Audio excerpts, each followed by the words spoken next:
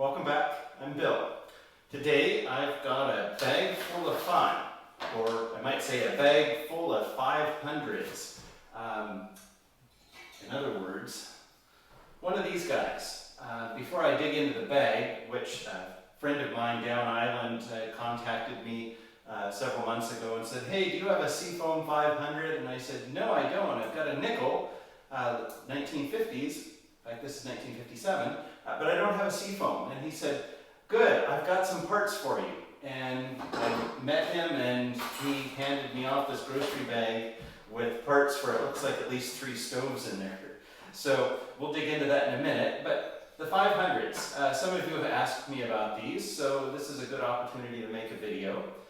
These were introduced first by the Canadian Coleman company in 1938. They looked pretty much just like this. The main difference that you notice on the earlier ones, you notice the grate on this is round. The earlier 500s had a scalloped grate like this. Initially, they were made with nickel. I'm not sure if they painted them during the war. I suspect they did. The Toronto factory switched, because nickel was in short supply during the war, the Canadian factory switched to painting them, and they usually during the 40s, they'd introduced the color in the late 30s, they used a color collectors call Seafoam. It's a lighter green than the usual Coleman green that you see here. So they made these from 1938 until 1969, 1970. They were, except for that period in the 40s where they were painted with Seafoam, they were nickel. In 1970, they replaced the Model 500 with the 500A. Those are pretty rare. They were only made that 1 year. They're only stamped on the box. They're stamped 500 on the stove. They'll only have the A on the box. Basically, the way you can recognize them, one, they're painted green like this. This is the 500B. But the main way to recognize them is this open slot on the 500A is the recess is here, but it's not open all the way through. It's closed in there in the casting. So that'll tell you if you've got a rare 500A. I've had this for a number of years. These are great stoves. They have a really nice output. They run trouble-free. I've never had any complaints with any of them. As far as restoration goes, things are pretty simple. The one thing, both of these you'll notice I've restored, and I don't do this very often, but I did paint these with high temperature silver paint. Looks like we might need to do that on some of these in the bag. The uppers on these stoves were originally nickel plated, and they tended to get rusty, and if the nickel plating's gone, rather than let it rust, I painted them. Not a huge fan of the way it looks, but it's better than rusted. So that's a 500. This is basically what we're going to be looking at in the bag, except the ones in the bag are painted and they're the older style. But since we're talking about 500s, after the 500A, in Canada at any rate, the Toronto factory from about 1972 to 1974 made the 500B. Again, basically the same. They have a steel fount instead of a brass fount. Again, the slot on these is closed, but otherwise they're basically the same. The steel fount was the big change. In the US, they made the original 500 from 1940 until 1954. Apparently some early ones were painted, but they were painted in sort of an off-white or an ivory color. I've never actually seen one of those. And then they were nickel, and then from 1954 to about 1960 or 61, they made them and they painted them green, and those were the 500As in the US. American 500As are much more common. So let's see what my friend packed in this bag. So here we've got this is the base plate. This actually isn't too bad. We've got one. And it's got all 4 nuts on here. These are held in place. They fit like this. And then you've got 4 nuts that hold it on underneath. So we've got 1 grate, 2 grates. I think we only have 2 here. This has all 4 nuts on it. got one collar, two collars. All right, here we've got a whole base plate plus a burner assembly. That's all complete. If you take these apart, these screws that hold on the burner cap tend to be rusted in place. Be careful with them, they will snap off. Heat and oil are your friend. Heating and quenching if the heating and oiling don't work. And if they do snap off, they're not too hard to drill out, and the screws are pretty standard, so you can replace them relatively easily. The two screws in the bottom that hold this plate to the manifold also have a tendency to be rusted, but they're not nearly so troublesome as the burner cap screws. And I can see someone's already painted this one with high temp silver paint or barbecue paint, and they didn't clean it very well. Looks like a piece of sawdust or grass or something that's stuck in under the paint. Here we have another. That's a complete burner assembly. This screw is sheared off, so if we end up using that, we'll have to drill that out and recap it.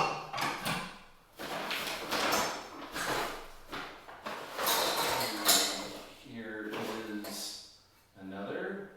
Again, this you can see the plating is flaking off. This would be a good candidate for repainting, I'm going to say. But again, this appears to all be complete, so I'm going to guess those are all the grease we have. So it looks like, for starters, we may have enough parts to build two of these. Valve assemblies, they all have the retainer nut on them. Let's see how so we don't take them all apart. This has a pricker wire.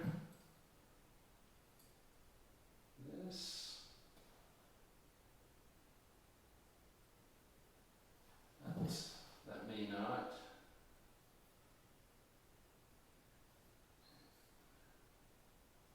I think I see a pricker wire in there. So that's good. So we've got three complete valves, and hopefully three complete generators. This is a complete, everything's there, the nuts there. We've got a complete, well, I guess this would be the fuel supply. These have a fuel and air tube just like the other lanterns and stoves. The lighting, this is the same as your little lever that you flip up and down on a suitcase stove. Controls the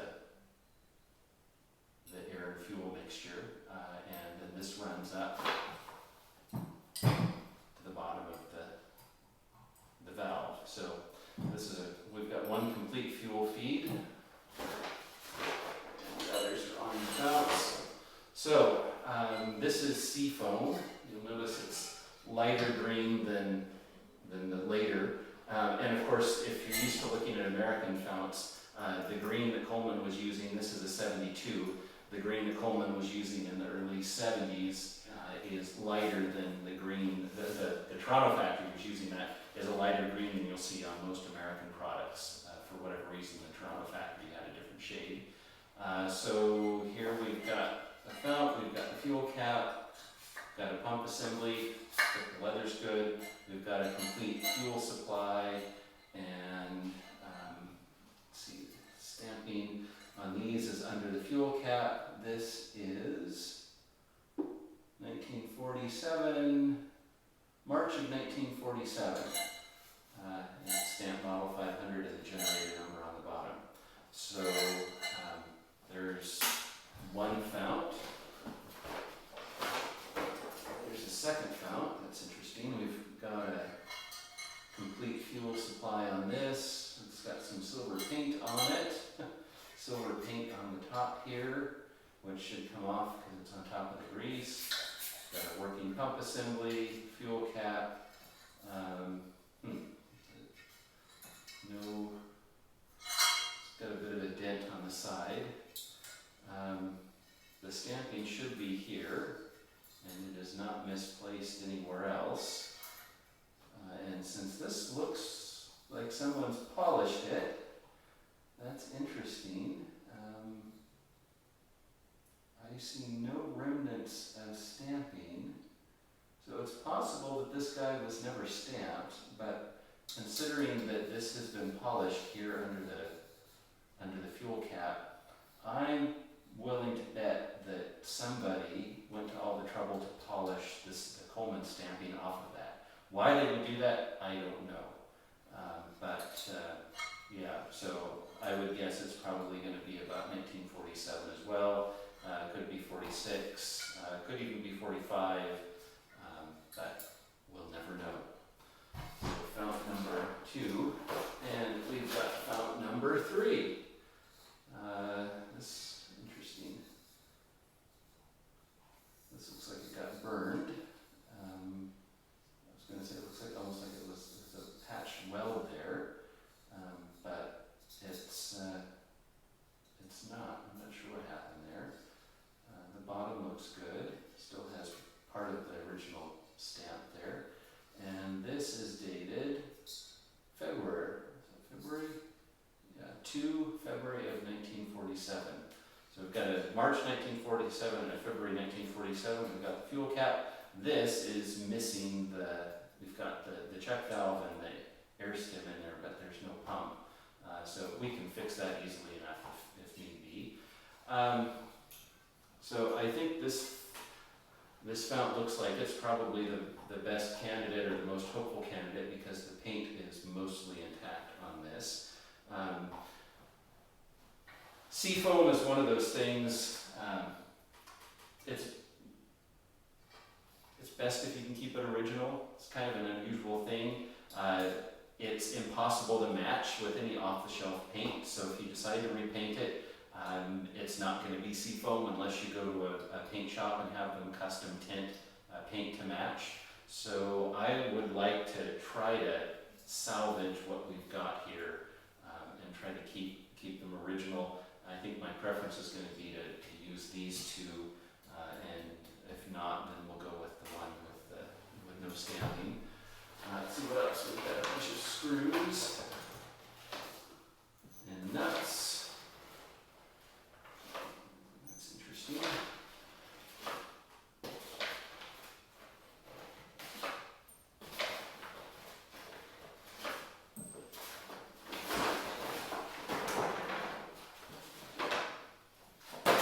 All right, what have we got?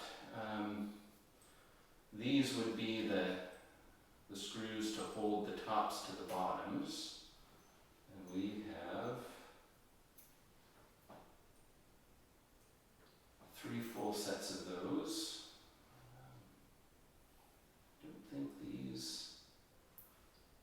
go with anything we've got here, unless one of these goes inside a valve, but I don't think so.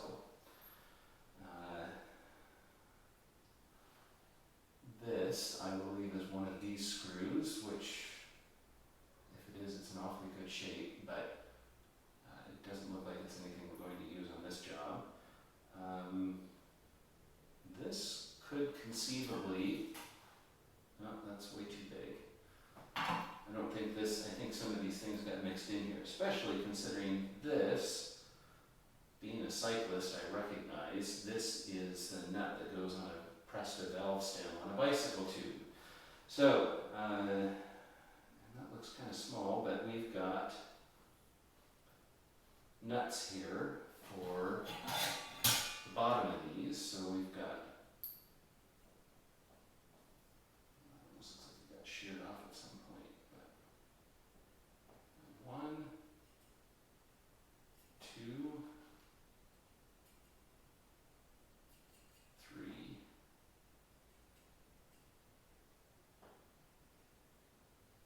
4, and this is not an original one, but it looks like it should get the job done.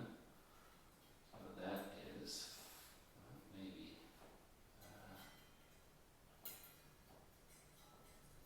this is just those threads. So we've got 4 of these, so we will need 4 more if we put 2 stoves together, but we've at least got the parts to complete 1.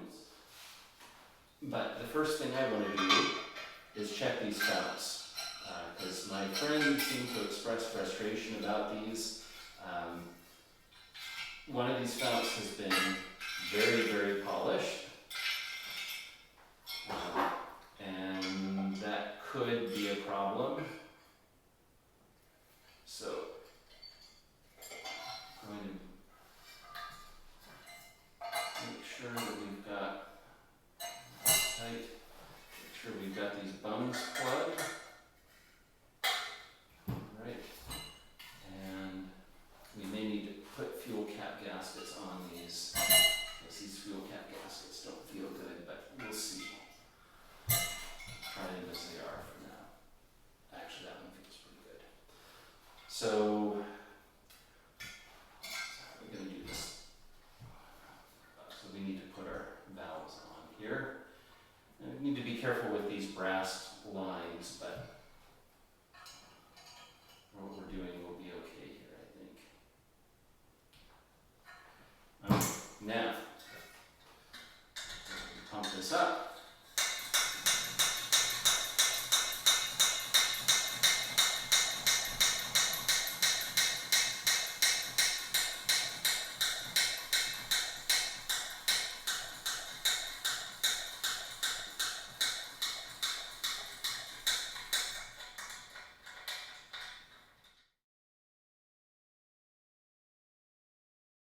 I'm going to take these in the house. You can dump these in a bucket full of water and look for bubbles. That's all you're doing is looking for bubbles to see if there's an air leak.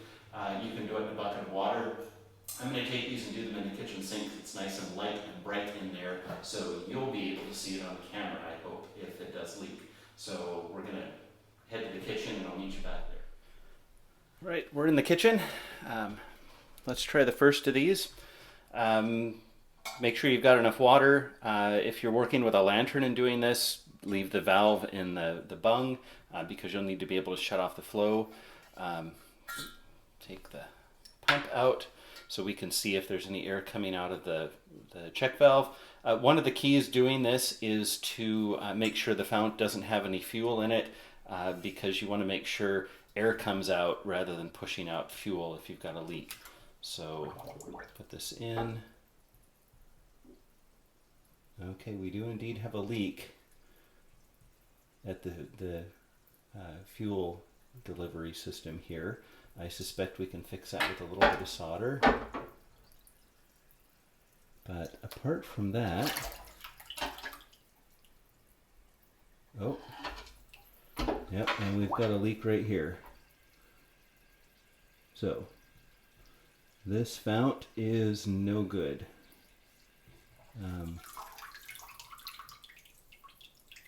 Can't quite tell through the paint. It might be a stress crack. It's hard to say, but this fount is compromised. Now you could use gas tank sealer like Caswell's, and something like this would probably be just fine. But since we've only got parts to put two of these together, as long as we've got two working ones, we'll be happy with that. So, see, no leaks from the check valve. We do have a leaky fuel cap. That's all right, we can fix that.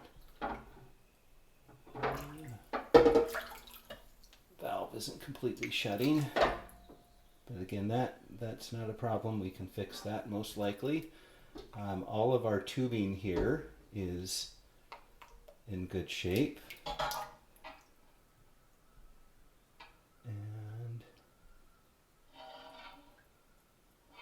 bubbles, no bubbles in the bottom. Oh, and these bubbles are just from the fuel cap. So this is a good fount. And number 3. I think this is probably our best candidate. So see, check valve is good. Valve is holding pressure.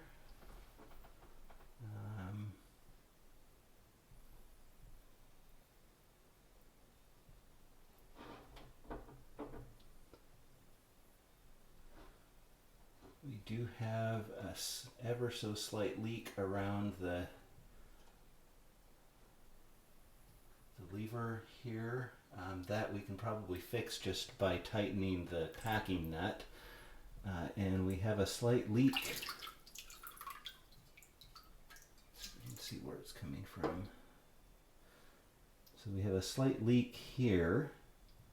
Again, this I think we can fix easily enough with some silver solder. Yeah, you can see the air blowing out there, but the fount itself,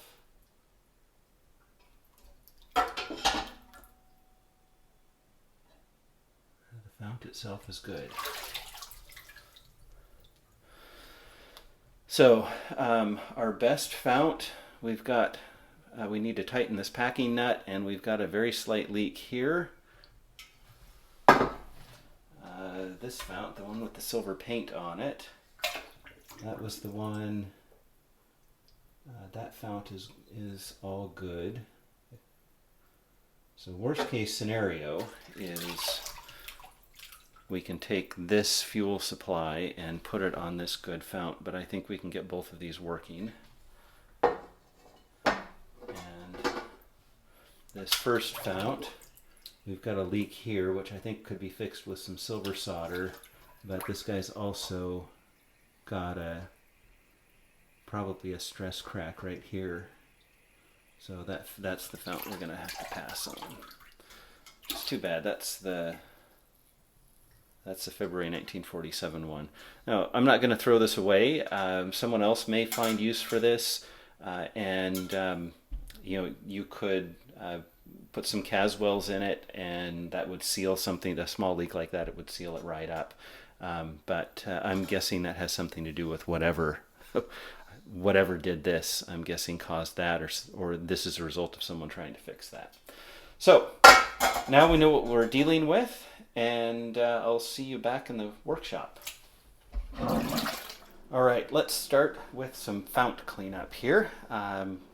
Just water, and I'm going to use some Simple Green, spray it on straight, and use a sponge and wipe it down and clean it off. And then when we're done with that, because I can hear, oops, there's stuff in there, we're going to fill them with citric acid and let them sit for a bit. The Simple Green will get all the greasy stuff off. Alright, let that one sit. This is our bad fount, but we'll go ahead and clean it up anyways.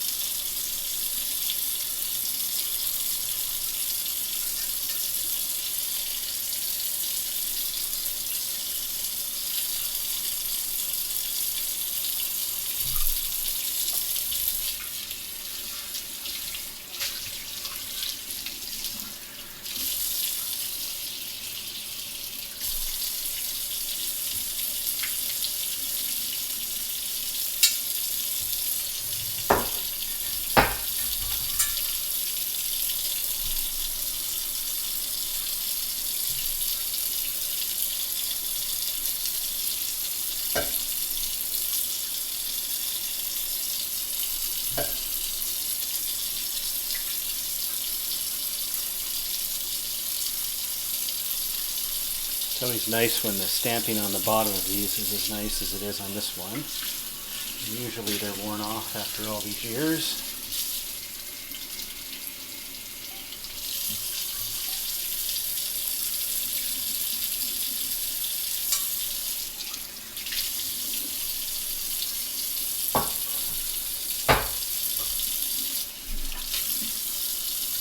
I did not take the check valves out of these. The check valves are fine. We saw they were holding pressure, so I'm not worried about servicing those at this point in time. And sometimes older check valves, they work just fine, and then you take them out and the torque you put on them or what have you, putting them through the trauma, sometimes they'll stop working as well. So I'd rather just avoid that.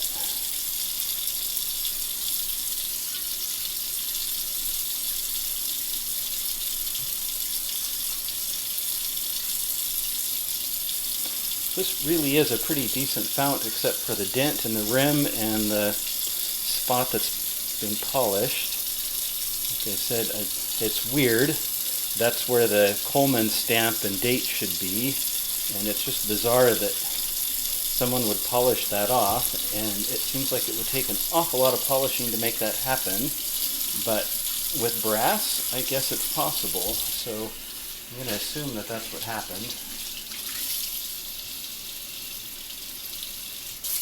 It is unfortunate, though. And yeah, look at all that.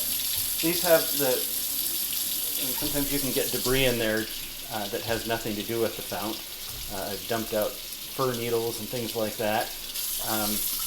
In this case, this looks like it's a bit of rust. The founts may be brass on the sides and top, but the bases are steel. So there isn't enough coming out that I'm even remotely worried about it, and we pressure tested it and everything. So I'm sure the fount's fine.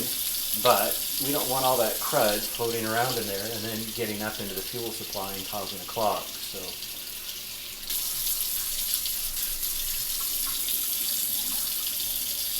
that's why I'm going to fill these with citric acid next. So, all right, there they are, all clean. Always wash the sink out or your wife won't be happy. And I'll be back in just a moment and we'll fill these with citric acid. All right, the clean founts are on some old hot pads just to protect things. This I'm a little bit concerned just in case it leaks. I'm going to put about a half teaspoon of citric acid powder in each one. I get this at a beer and wine making supply shop in 1 kilogram bags. It's pretty inexpensive. So I'm just going to take a funnel here. The citric acid mixture is good at dissolving or removing any like varnish, anything like that that's accumulated in there from the old fuel. You don't have to be exact with the measurements either, as you've seen before in my other videos. But the main thing is this will take care of any rust that's down in the bottom.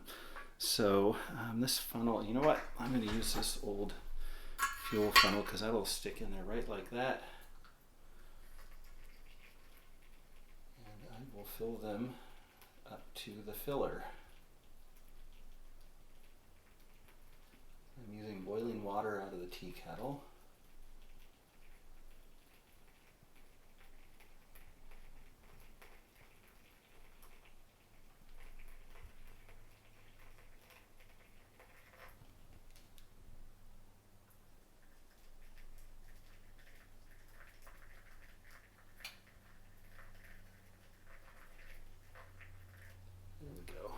I should be getting close. These are about 2 pints.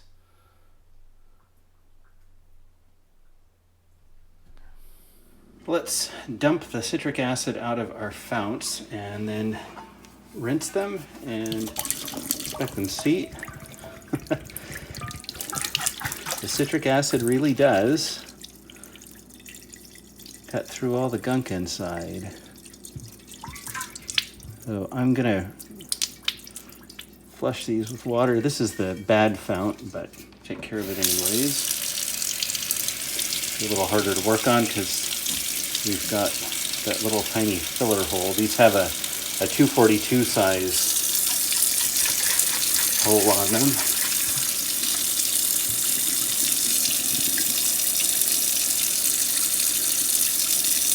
You know, some people like to put some baking soda in there to neutralize the acid. I've never had any issue with that. Rinsing with water a few times gets it all out.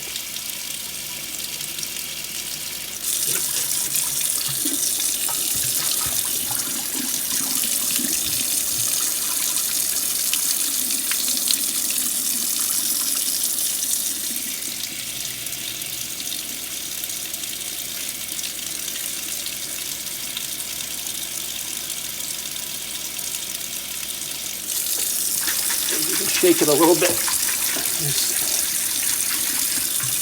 If there's anything left in there. Like maybe one more shot. Sure, I think it's clear.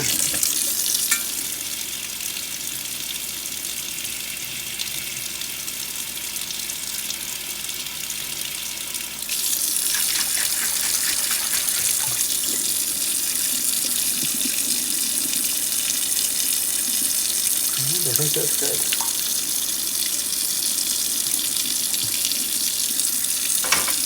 Now on to the other two. Mix it up. Just add a little bit. And now just swish it around. Turn it over. Make sure that it touches all the different sides. And we'll dump it out. See, it's still cutting stuff on the inside.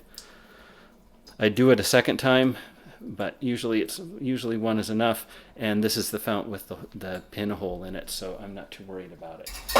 So just set that aside. It'll dry, and that's that.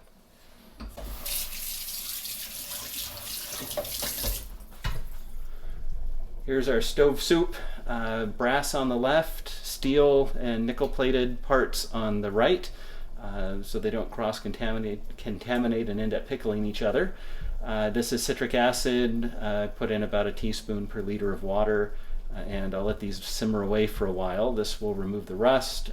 It'll remove tarnish and carbon on the copper as well, and we'll see how it looks when it comes out. All right, so I've got it's not all the parts here. 3 stoves. There are a lot of parts here, but I pulled a random selection of, or somewhat random selection of parts out of the citric acid. I'm not going to show you what I do with all of these, but I've just got some 4/0 steel wool. This one's almost done. Got some new stuff here, and I'm going to start rubbing these down now that they've come out of the citric acid.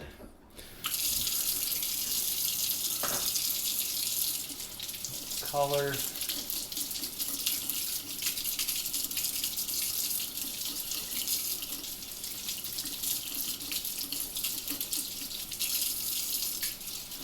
This is the one that had silver paint all over it. So most of that silver paint came off in the citric acid. What didn't come off is coming off with the steel wool.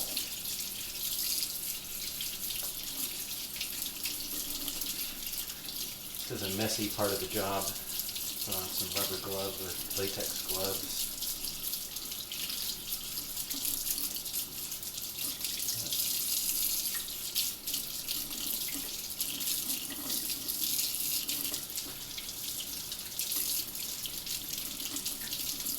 Mostly I just want to use the steel wool to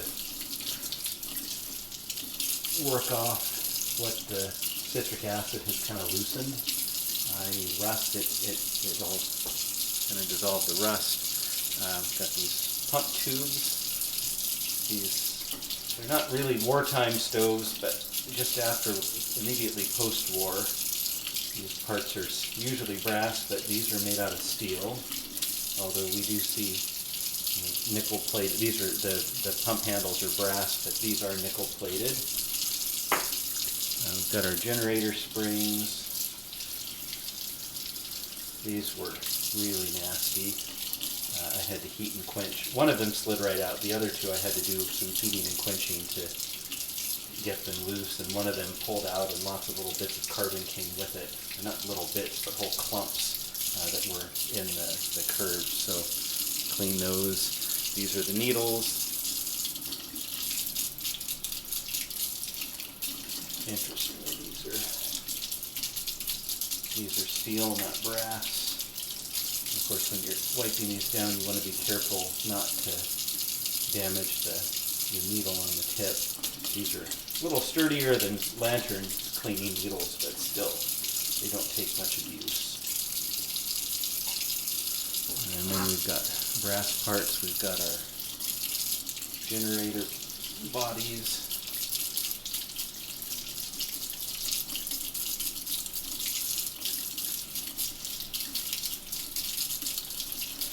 These I want to make sure I clean well.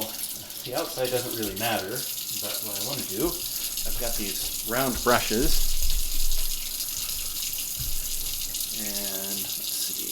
probably a good size for this. You can use a bore brush, anything to get in there and remove the carbon.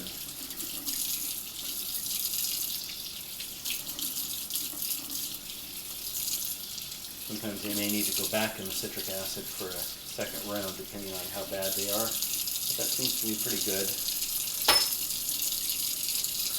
This one was particularly nasty. You probably see a bunch of black shoot out of there. Yep.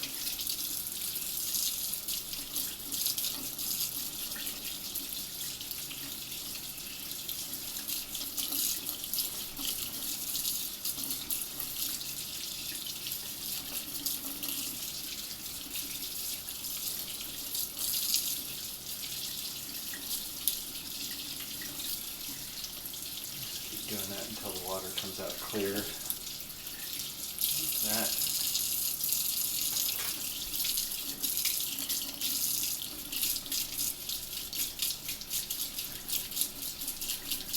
And then we'll take these out to the buffing wheel and that'll really clean them up.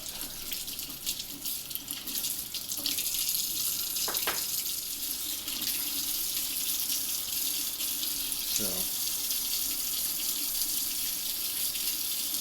it's interesting where it gets bent, whatever the coating is, there's nickel plating or whatever they put on there tends to come off, and then it pits, gets rusty, gets black. So that's about as good as this one's going to get, but I think that's actually pretty good. So that's the steel wool part cleaning up after the citric acid. I'm going to go ahead and finish up all these other things, and then I'll see you probably tomorrow, because it's getting late tonight, and I'll see you at the buffing wheel. Right, the last step for all the small parts is to polish them. I won't polish absolutely everything in here, but I'll polish most of this, and I will do that with my bench grinder. I've got a cotton buffing wheel on here. They used to sell it as medium, now they call it firm, so I don't know about that, and some white polishing compound.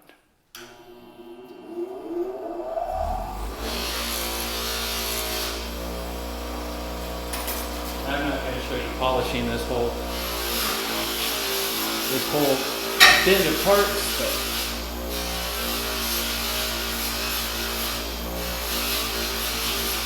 I'll give you an idea.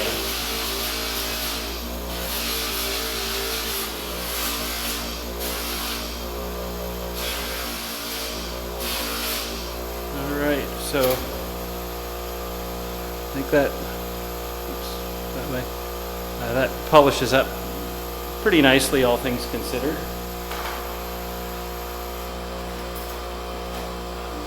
Brass, similarly.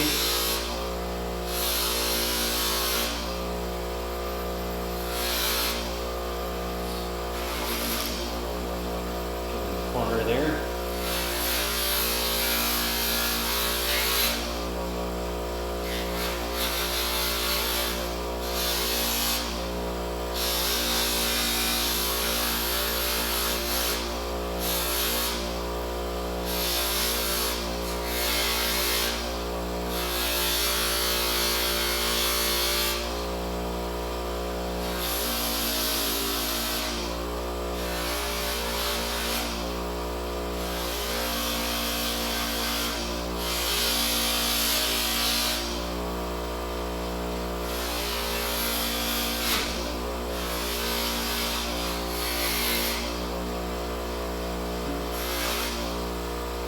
See how the brass polishes up.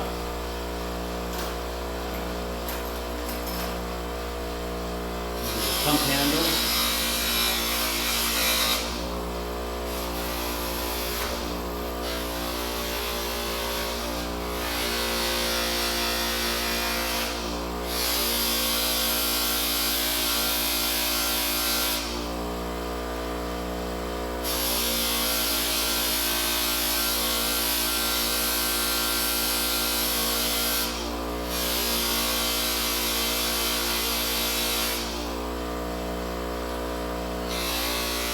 Don't want to be too aggressive with these. It's brass, but it's nickel plated, And I can always see it's a little yellow through the nickel, so I'm going to take all the nickel off. The generator.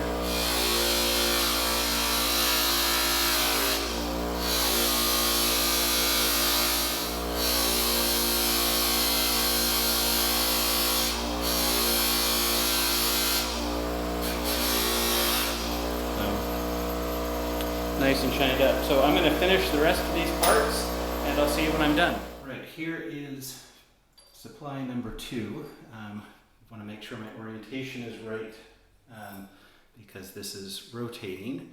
I need to get the solder into that gap. I'm not sure I'm going to be successful. I don't know if my soldering skills are quite up to that, but I'm going to give it a try. I've got some flux here. And wipe off some of this excess here, because I don't need any flux down here on the valve body. And we may have to do this in sort of two pieces. Got that resting on the vise. And the trick, heat up the brass. The brass melts the solder, not the other way around.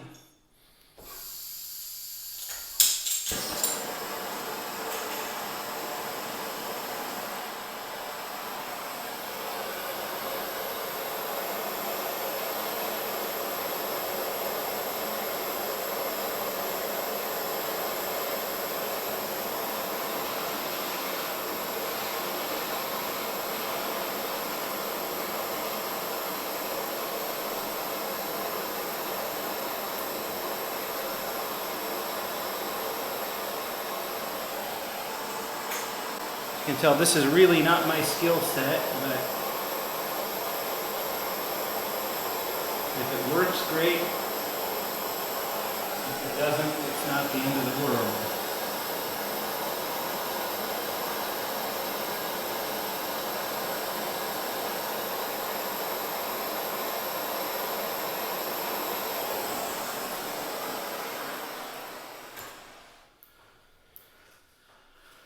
So I kind of made a mess of that, but I think I've got the whole joint surrounded with silver solder now. So I'm going to let that cool and come back and have a look at it. And I'm going to guess it's going to not rotate anymore, which is good. And hopefully it will hold pressure. All right. These manifolds have a bunch of sheared off screws, so I've got to deal with those. So I'm not going to show you all of them, but these are actually pretty easy because I don't need to start on this side. I can drill it out from this side. So with Coleman, like everything they did, at least in Toronto, seems to be 1024 when it comes to screws. So I'm using a number 25 drill bit because I can start with this hole on the back side and just drill through. I'm going to start with the full size bit. Just, there we go. And this.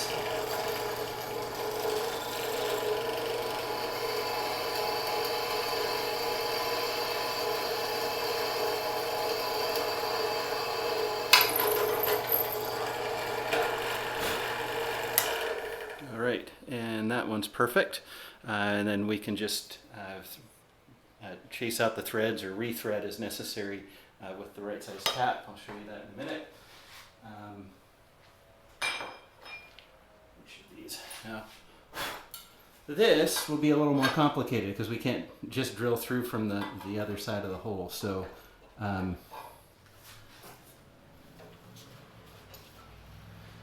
have shaved these off as best I can with a Dremel, and I'm going to use a center punch so the drill's got at least something to start with.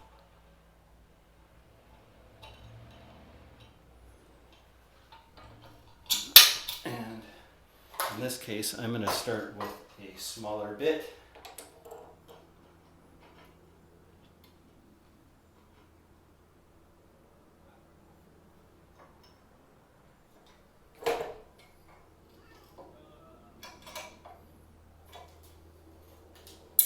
Oops, we rotated.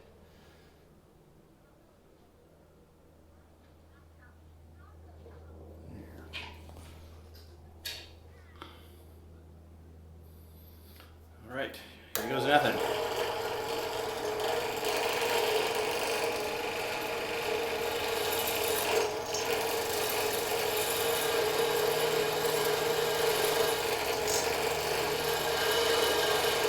And of course it did walk off the screw just a tiny bit.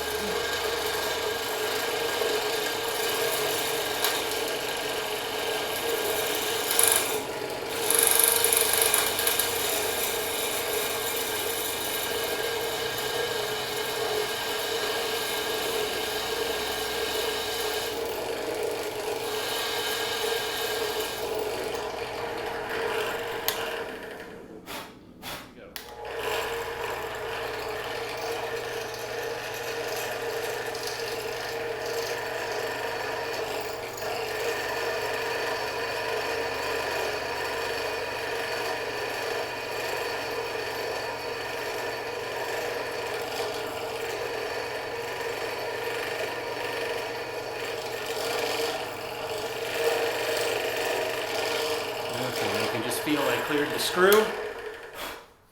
When you clear the screw, it suddenly gets easier because you're drilling into dead space. So now I'll change the drill bit out. Okay.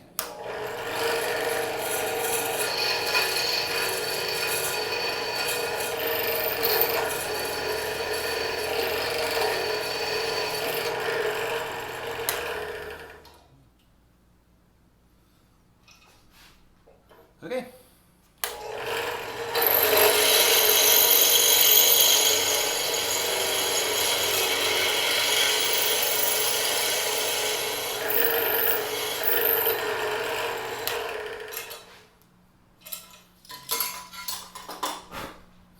That one's a little off center. This one's pretty much dead on, but that's okay. Like I said, the holes in the bottom plate are forgiving, so we can fiddle with things a little bit. So now I'm going to go sit down at the table and we'll chase out the holes that are good and rethread the holes that aren't. All right, I've got my 1024 tap here, and I don't remember which holes I drilled out and which just need to be cleaned, but put a little oil in there and we'll get this guy started. And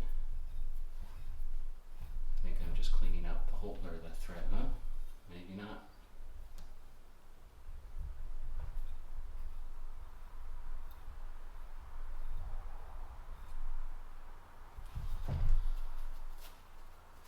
Cast iron is messy. I need to constantly check to make sure that I don't have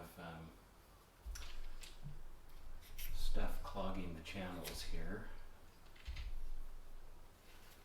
Of course, I'm not wearing gloves for the messiest part of the project.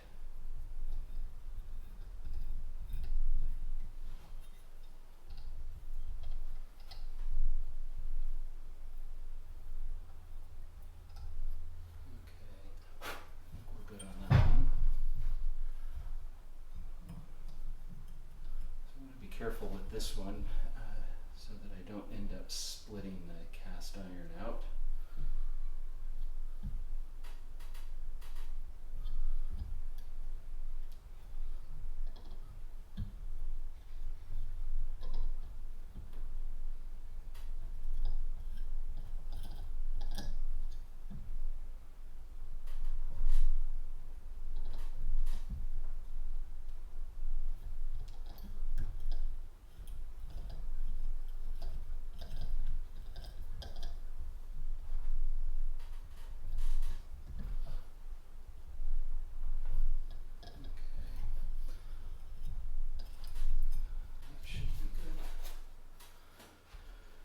Now, for both of these, I'm going to go from the bottom.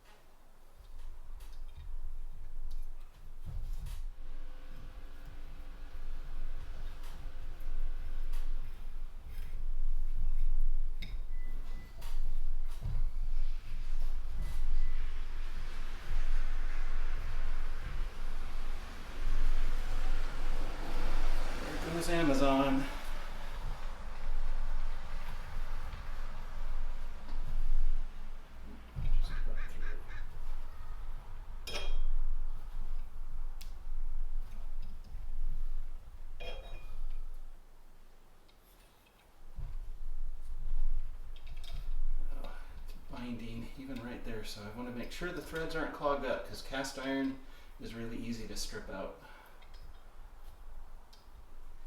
Some of these, it seems like it won't go that deep. I'd rather just put in a shorter screw since I have to replace most of these screws anyways, but I think this is all right.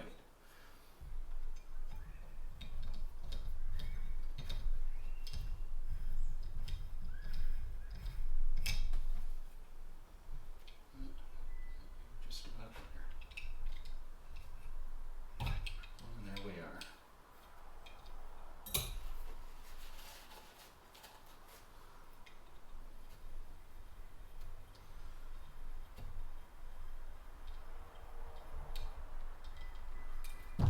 There you get the idea.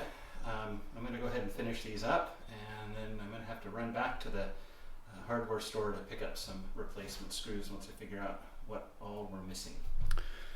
All right, because most of these pieces were coated with something, some of the pieces, the sheet metal pieces were tin dipped, and it's come off, it's kind of a mess.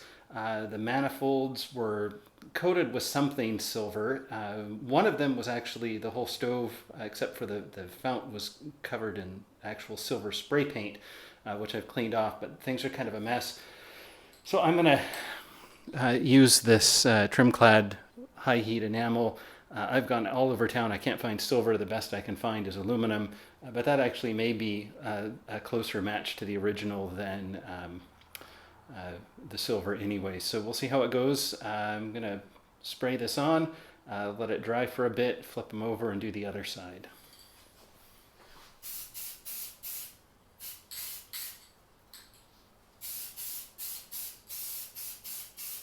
You know what, I think that's actually a closer match to the original finish than silver paint that I use more commonly.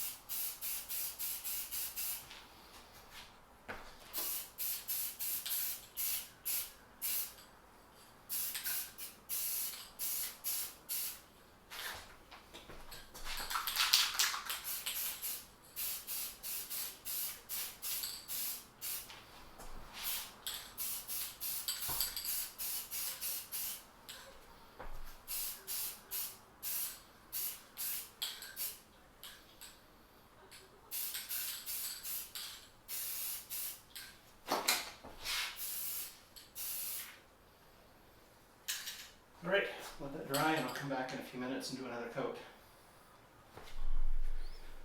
All right, here we go. I flipped everything over. Also, after I got the first coat on, I realized I'd forgotten the grates, so those are out here now too. So I'm going to give a second coat or flip side coat to everything but the screw heads.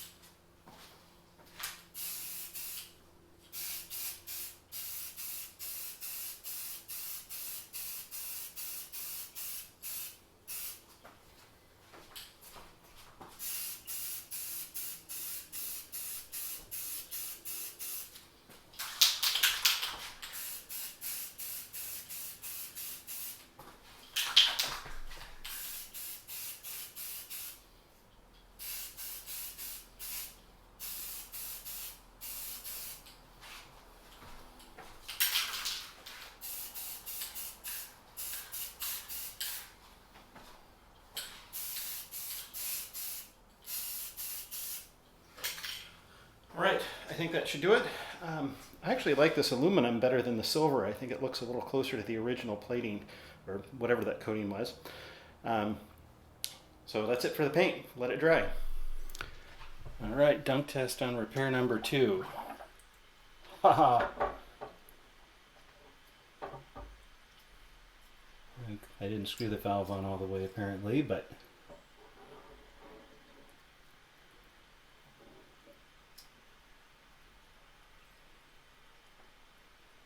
that one's good. That's funny. That's the one I didn't think would seal. So that means that we've got good parts for 2 complete stoves. All of our uppers are painted. All of the other parts are cleaned and polished. So what we've got left are the founts. We're going to make these look as pretty as we can. So I'm going to polish. I like to use this Mother's aluminum polish, but it does wonders on paint. And it gives a much finer polish than, say, car polish would, which is what I used to use. So I just use a terry cloth towel, apply it fairly liberally.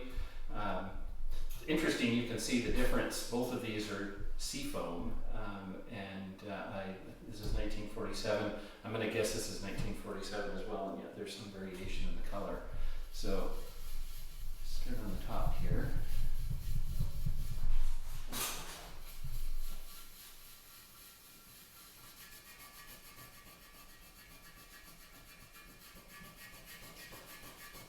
The mothers will also polish brass. One of the neat things with these older founts sometimes is if you polish them, you polish the brass shows through the paint. I'm not sure how much that's going to do that on this. But let's see.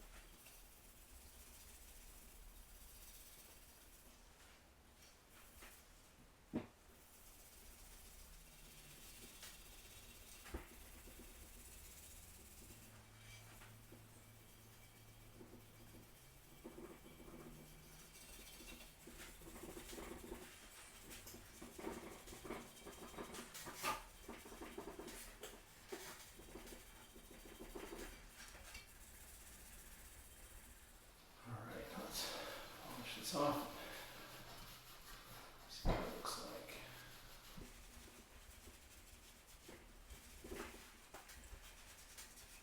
All right, presto.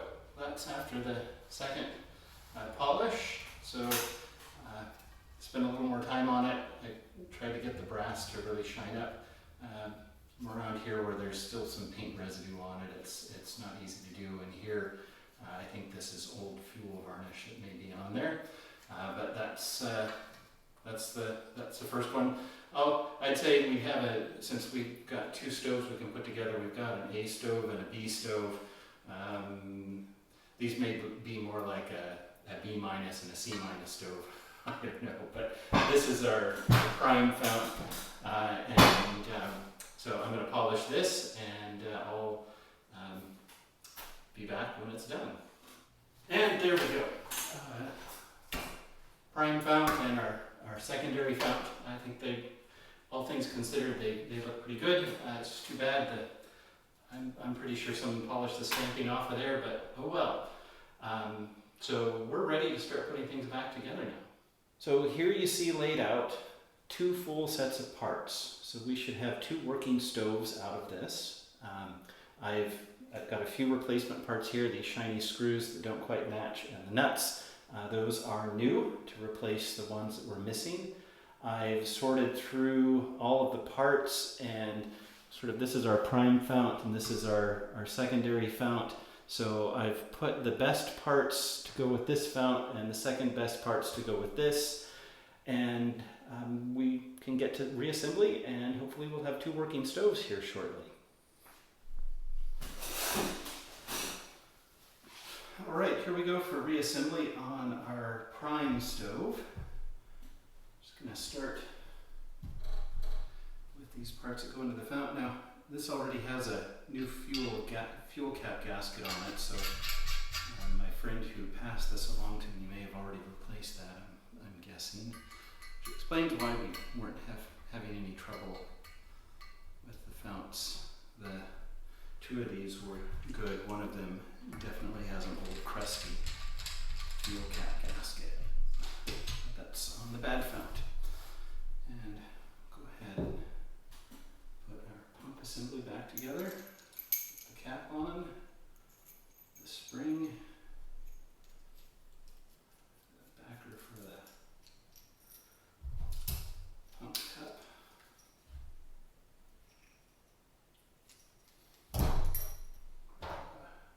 Pump cup here.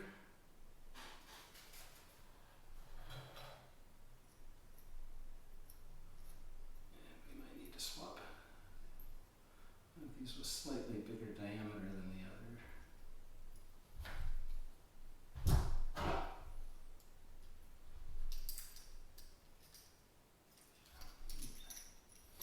Swap that one part.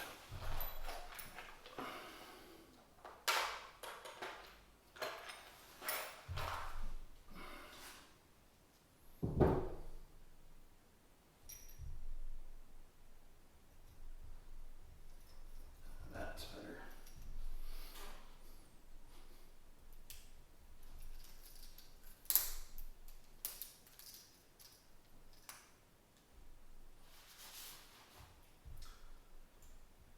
Put a little oil on there.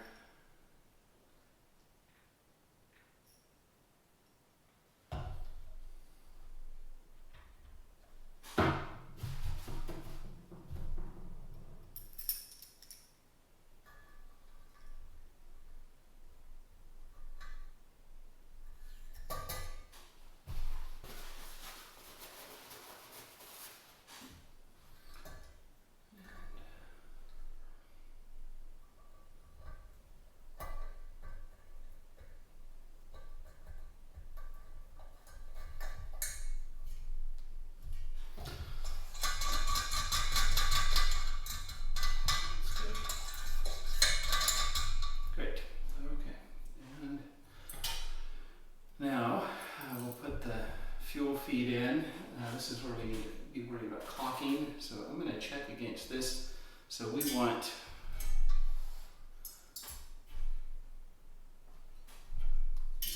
this guy.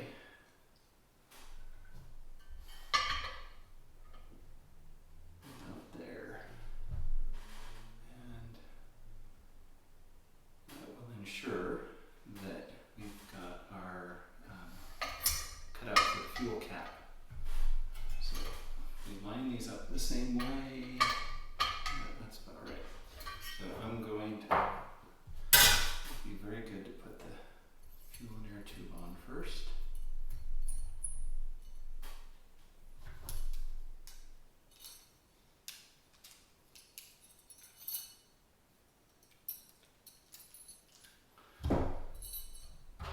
Put some thread sealant on here. That's a little more than I was hoping for, but that's okay.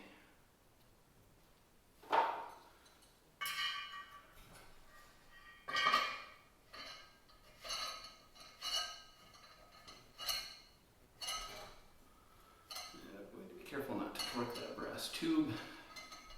Now that I've managed to get it sealed.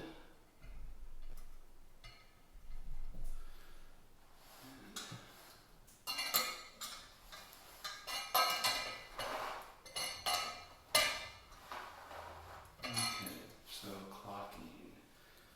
These are oriented the same way. I want this just a bit more. That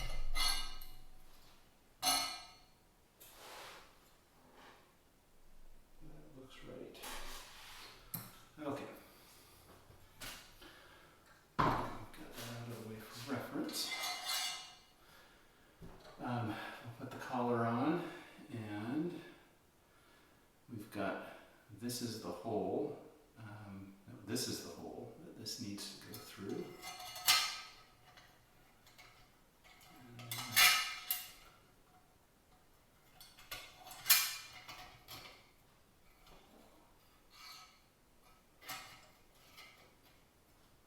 That's good. Let's just see how that looks compared to this.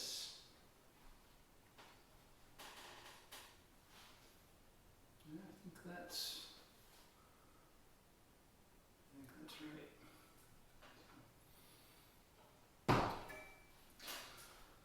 Okay, and we're going to make sure that this nut is outside the collar. Now we'll set this aside and we will begin to put together our manifold assembly. So first,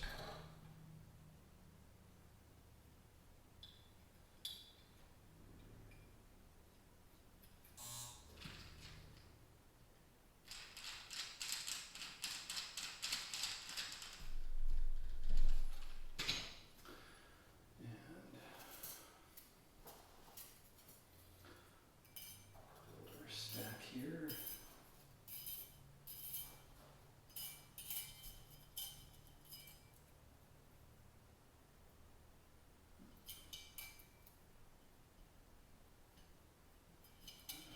Actually, this might be easier if we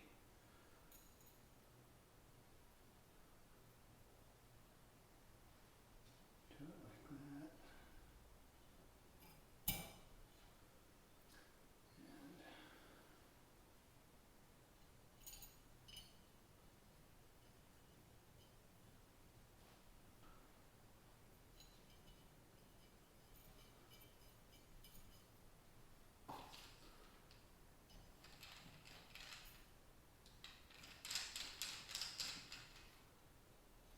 Before we tighten it all down, we'll just push it around here with the screwdriver and make sure that our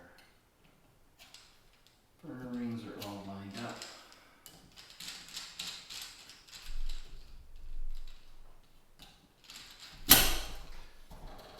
This screw's not. I'm trying to reuse the originals, but those two were a little bit worn. Now, the valve is going to be over here, so the burner is going to go that way. So you can see, so I'll put one here like that. So,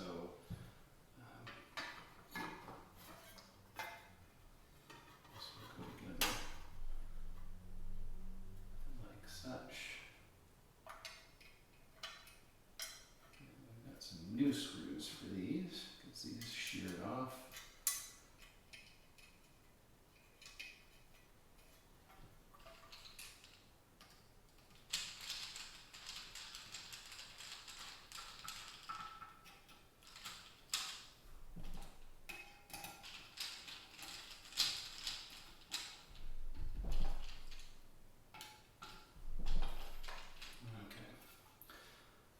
That's our burner assembly, and I think I'm going to wait to put the grate on.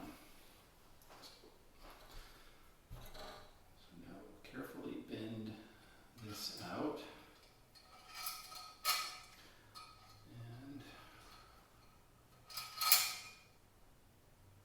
let's see what we want. This nut is what holds the valve secure.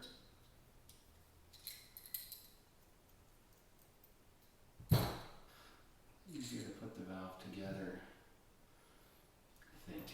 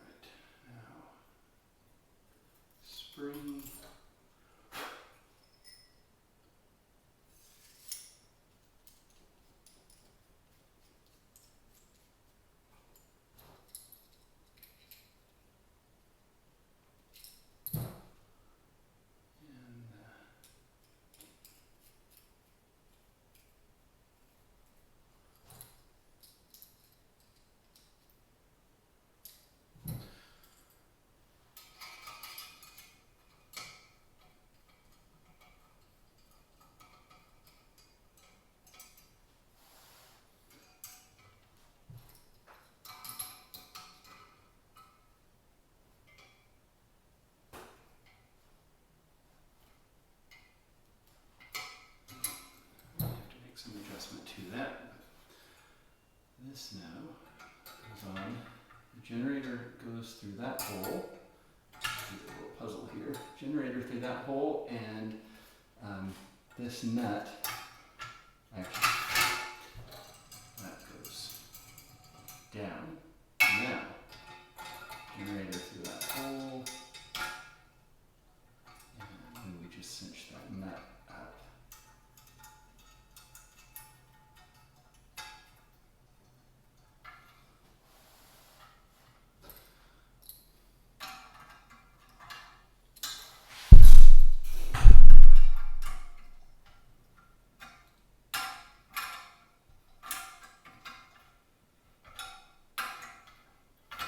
Now you can see just how bent that wire is.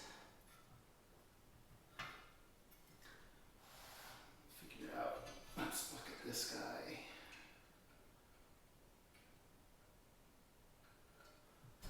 Figure out what we can need to do.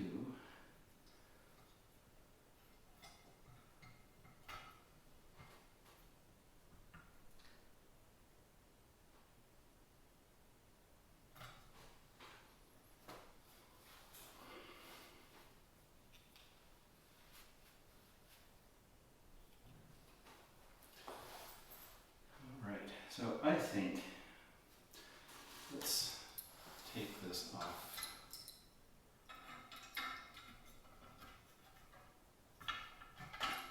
And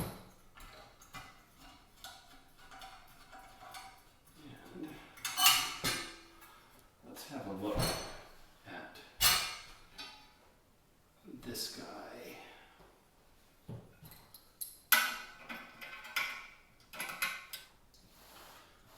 One thing I see is that no, that's actually the same. All right. So I'm going to bend this. And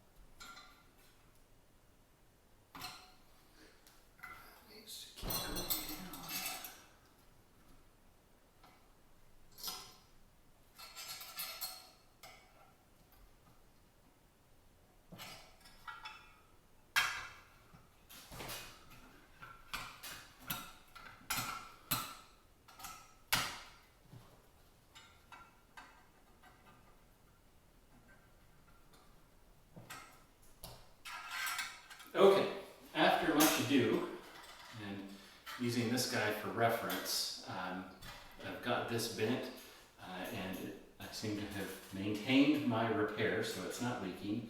So I think we can put this on now. I'm actually going to put this on, get it started first. It's easier to line it up that way. Just don't let me forget to tighten that. And then getting these screws lined up blindly is kind of fun.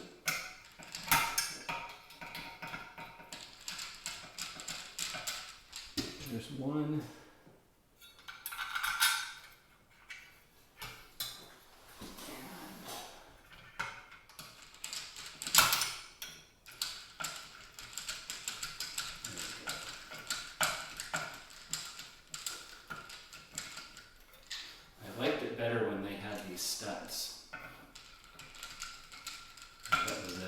design change later on, and I think maybe we can see why. So, alright, we've got our needle there. Let's tighten this.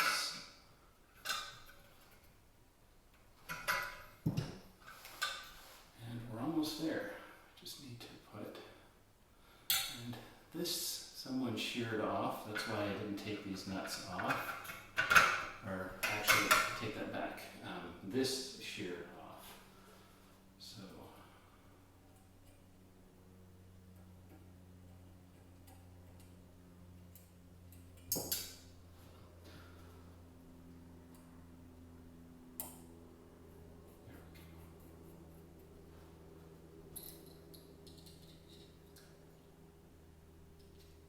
it's possible we may cut one short here if it won't.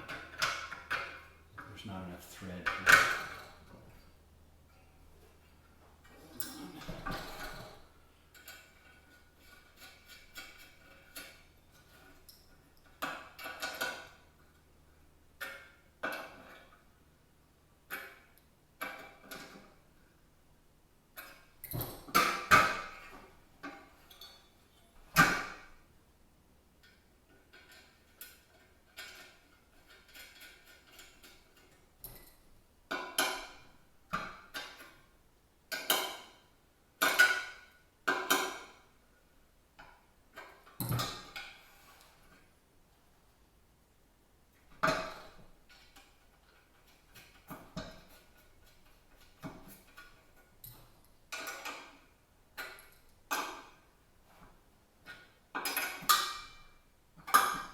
So I was afraid that this was sheared off, so there's no way to put a screw on that bottom there, but it's not going anywhere at any rate.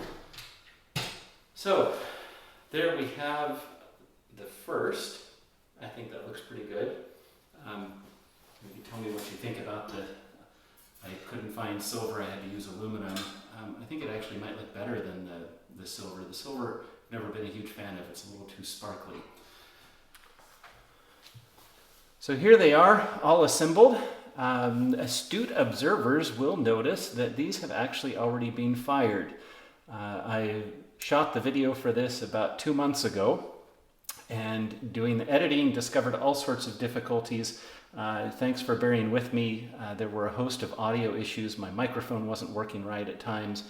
So you've got this far. I've done my best to try to edit things. And when I got to the very end, the footage of the light up was missing. I think I accidentally shut the camera off instead of turning it on. So we're reshooting that. So here we go. We've got our prime stove. I'm going to move the lighting lever over to the light position. I'll do that on both of them here. Get our match out. Both of these have pressure in them.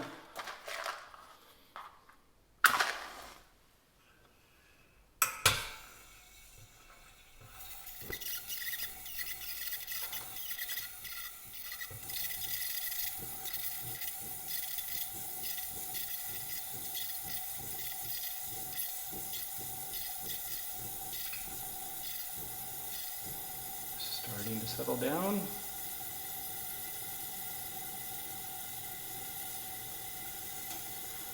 Move that back into the run position.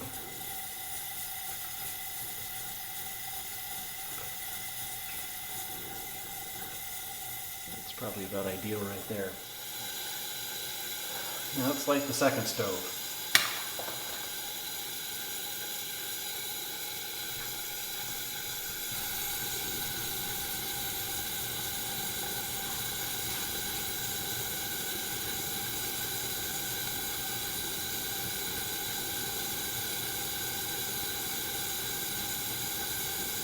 I find it interesting how every stove seems to have its own character. Both of these, everything should be the same, but they light a little bit differently.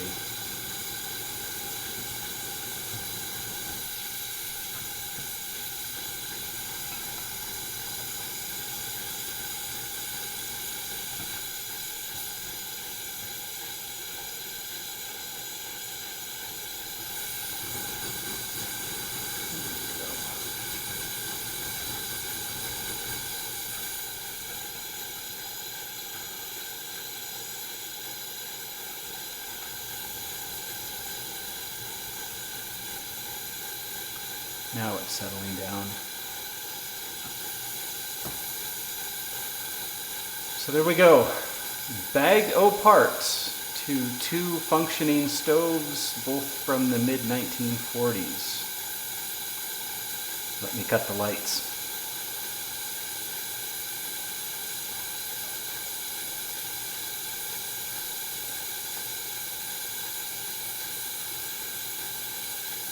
I hope that was enjoyable. Hope you learned something. I'll see you next time.